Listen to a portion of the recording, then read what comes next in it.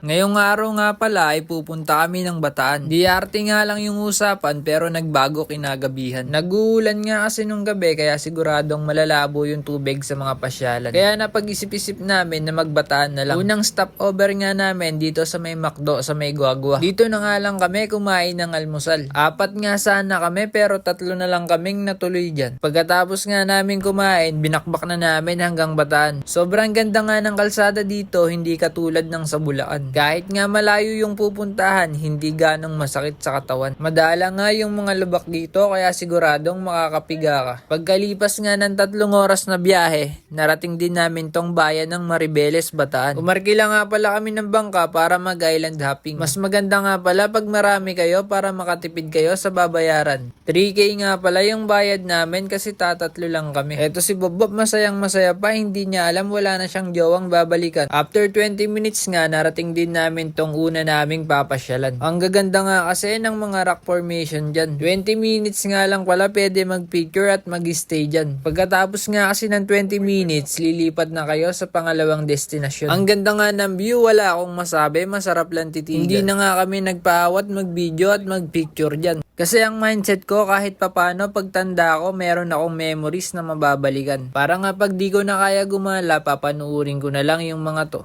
Para nga sa akin, mas maganda kasing memories yung video kaysa sa picture. Kasi para sa akin, yung picture walang buhay pero yung video kahit hindi ka na magkwento, maiintindihan mo. Inakyat na nga din pala namin yung mga bato-bato dito sa may gilid. Sabi nga kasi ni Manong driver, tubalon daw kami doon sa may tuktok. Kaso dito pa lang sa may gitna, mukhang kailangan ko nang kumain ng balot. Medyo malululain kasi ko kaya hindi ko na sinubukan tumaas doon sa may tuktok. Mukha nga lang mababa pag titignan pero pag nandyan ka, siguradong malulula ka rin. Medyo nakakapagod nga pala yung biyahe namin kanina kaya umidlip muna kami. Papunta na nga pala kami sa Lucky Beach Resort niyan. Kulang-kulang 1 oras nga pala yung binaybay namin bago kami makarating dito. Pagkadating nga namin dito, parang sa amin yung resort na to. Kami nga lang kasing 3 yung turista dito. Bukod sa mga lokal, wala na nga palang ibang tao dito. Alang-aning araw kasi kaya talagang solong-solo namin yung lugar na to. Wala nga palang signal at kuryente dito. Yung isang araw namin dito, feeling namin nag-stay kami ng 1 linggo. Kasi sobrang bagal ng oras pag nandito ka na. Bukod nga pala sa mga sarili namin, wala na kaming ibang dinala maski pagkain. Pero wag kayong mag-alala, meron naman nabibili dito. Medyo pricey nga lang yung presyo pero maiintindihan mo naman kasi sobrang layo talaga nito. Hindi nga kasi kami prepared kasi hindi naman namin in-expect na dito kami pupunta. Kaya mas maganda pag pupunta kayo dito, magbaon na lang kayo ng mga pagkain at inumin nyo.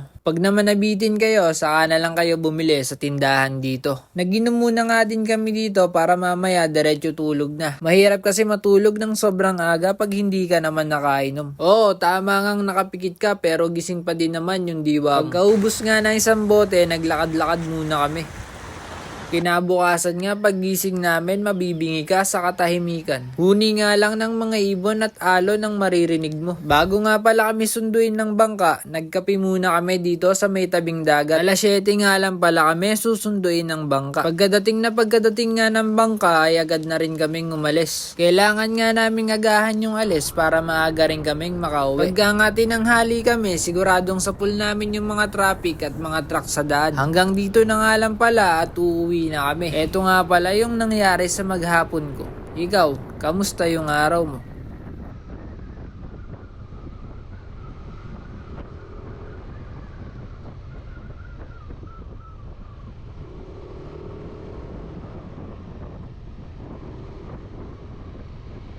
Bob! Bob!